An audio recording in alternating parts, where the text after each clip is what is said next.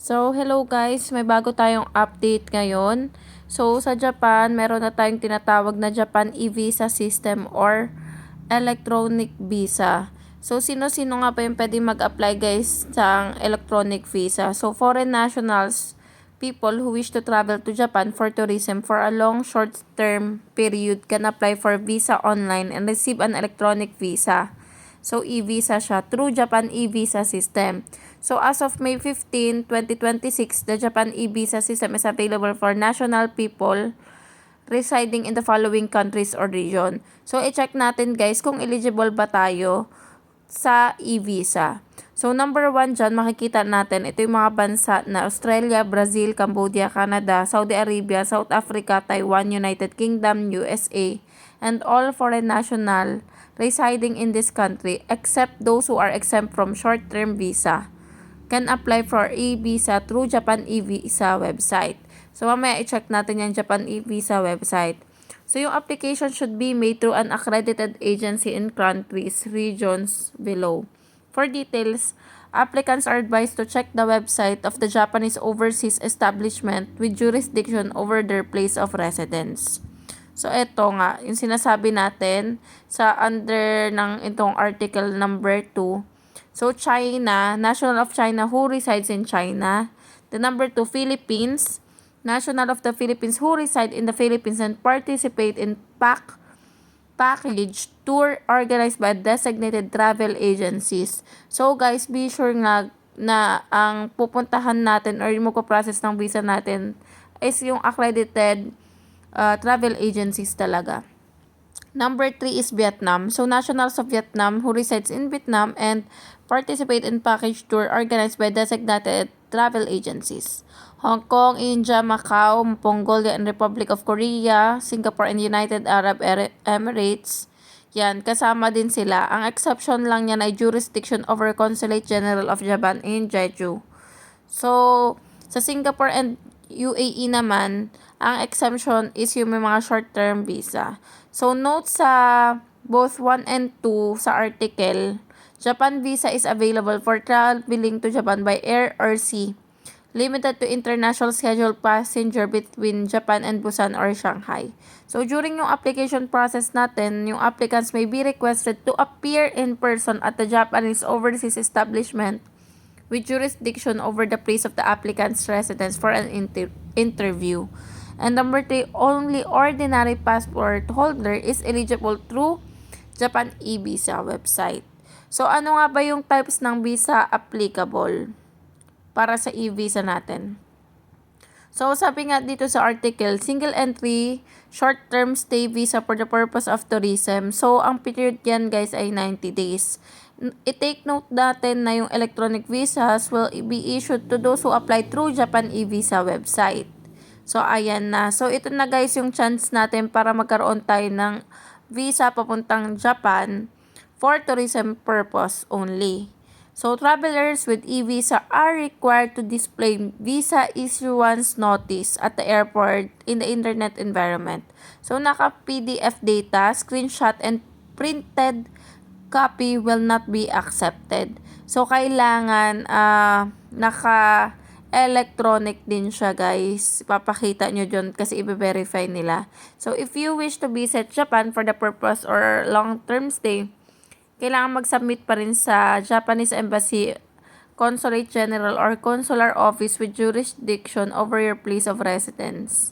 So, mahigpit pa rin sila guys. Kaya nga, kailangan natin na yung visa natin ay laging pinapakita at saka dapat nasa tamang process. Sabi nga dito, kailangan nasa travel agencies na accredited ng Japanese overseas establishments. So, in this case, you will have a visa sticker on your passport. So, ayan. Japan e-visa website naman. So, Japan e-visa website, how to apply for a visa on Japan e-visa website and online payment. So, attention lang na please be aware of fraud websites looking like Japan e-visa website. So, if your application is incomplete, we will cancel it without processing. Or canceled you are supposed to apply for your visa. So entering incorrect information or uploading incomplete wrong documents could lead to delay in examination or cancellation of your e-visa application, which may affect your travel plans. So ganyan siya, guys. So yung sinasabi naman natin kanina na pag-display ng visa issuance notice, meron naman sila ditong PDF. So, i-click natin tong PDF. Download lang natin siya kung ano yung content. So, para sa pag-display ng visa issuance notice, meron dito method 1. Ayan. When traveling to Japan, please display your visa issuance notice on your device at the check-in counter. So, please refer to the procedure below if you were issued e-visa in China, Hong Kong, Indonesia, Macau, Mongolia, UAE, Vietnam. So, method 1, you need to log in. Yan, magla-log in ka with your email and password.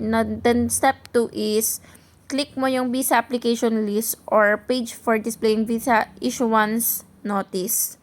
Then, pagka-click mo nun, makikita mo yung relevant person. Then, number 4, visa issuance notice. Yan, click mo lang yan. Then, ang lalabas kasi sa visa issuance notice is if you have the visa issuance notice with QR code, you can display your visa issuance notice on your device by scanning the QR code, then inputting the necessary information. So, ayan yung method 2. So, hindi siya basta-basta, guys, kasi nga, pwede na nilang i-verify itong visa issuance notice natin. May QR code dyan, guys. Then, after nyan, na-scan nyo na, you will find the website above. Please enter the necessary information and click display.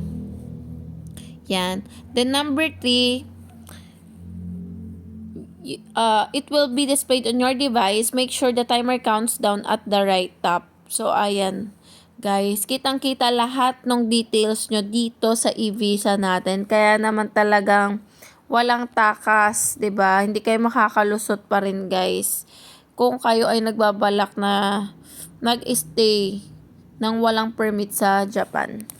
So, yun guys, yung content ng ating e-visa dito sa Japan.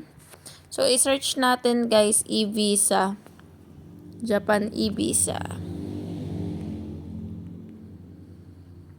e-visa website. Ayan.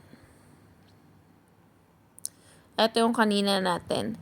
So, syempre, ito talaga guys yung website ng Japan kapag may mga updates tayo regarding sa mga visa and application for permanent residence, nandyan siya, guys.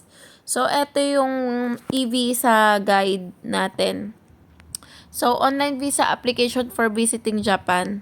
So, attention, the payment method for an e-visa is limited to online payment. So, they only accept payment by credit card. If your application is incomplete and doesn't meet the requirements, it will be canceled or returned without being processed. So, please submit your application well in advance for your travel. So, Japan e-visa system provides a way to apply visa online and issues an electronic visa. So, currently, applicants who apply for a single entry, short-term visa, or purpose of tourism may use this Japan e-visa system. So, you cannot apply through system if your purpose of visit is visiting relatives, friends, attending conference, or business. So, if you don't meet the requirements mentioned below, you should apply for visa at a Japanese overseas establishment with jurisdiction over your place of residence. So, sabi nga dito guys, ang Japan e-visa is exclusive lang for tourism purpose. So, kung kayo ay mag-a-apply guys, talagang check nyo na ang purpose nyo ay pagtutour at hindi kung ano-ano pa yung gagawin sa Japan. So, ganun lang siya. Sino ba yung mga applicants na eligible to apply online? So, sabi nga dapat, you are not a national, citizen, or visa exemption or ng region. So, you reside legally in the following countries na Australia, Brazil, Cambodia, Canada, Saudi Arabia, South Africa, Taiwan, United Kingdom, and United States of America.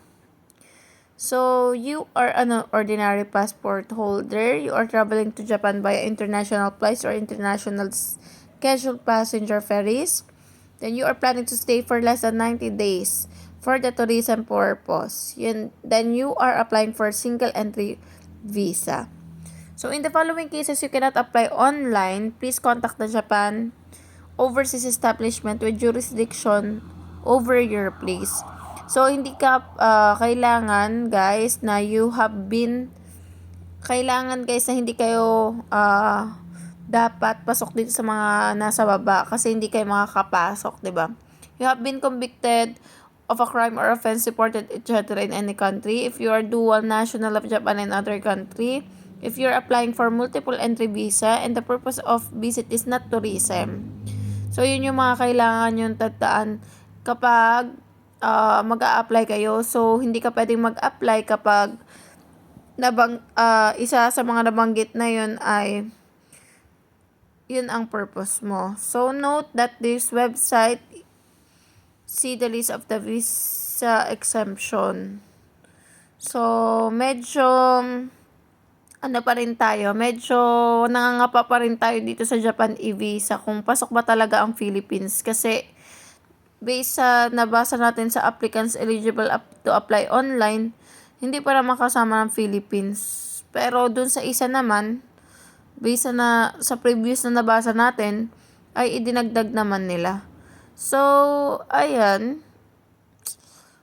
Tignan na lang natin dito kung magpupush tayo sa e-visa at kung makakahanap pa tayo ng mga persons na nagpa-process or travel agencies na nagpa-process ng Japan e-visa kasi hindi pa rin natin natanggal. So, meron sila ditong flow kung paano mag-apply ng visa application sa Japan. So, ayan, meron naman sa YouTube. Ganun lang siya. So, sabi nga dito, pwede nating panoorin yung YouTube. Pero kapag ang flow ng online visa application na ngayon ay step 1, verification of necessary visa to visit Japan, kailangan, ayan, i-verify muna na step 2, application information entry. Enter mo lang yung information necessary for the online visa application. Then, step 3, notification of examination results. So, the result of your visa application will be sent to your registered email address. And number 4, visa fees payment. You will receive a notification, visa on visa fee. Pay the fee online by your credit card. And then, e-visa issuance procedure. Ito na yung step 5. E-visa will be issued after the payment. And e-visa will be issued automatically after step 3. So, ganun siya. So, yung required documents for visa application. So, required documents may vary depending on your country, tsaka national or citizenship. So, kailangan i-check natin ng mabuti yung mga documents na required for our visa application. So, application for proxy.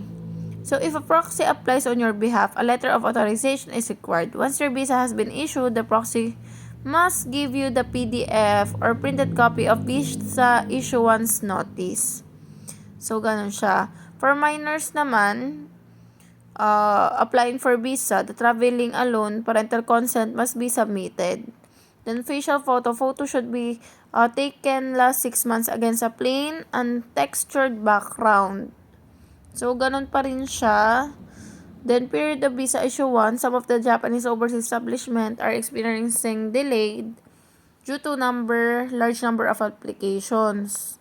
So, incomplete and cannot be examined immediately. Please submit your application well in advance for your travel. So, ganun lang guys. So, pag-aralan pa natin guys itong Japan e-visa next time kung talagang pasok si Philippines dito. Ayan siya, diba? So, hoping na talagang maituloy na natin itong Japan e-visa system application.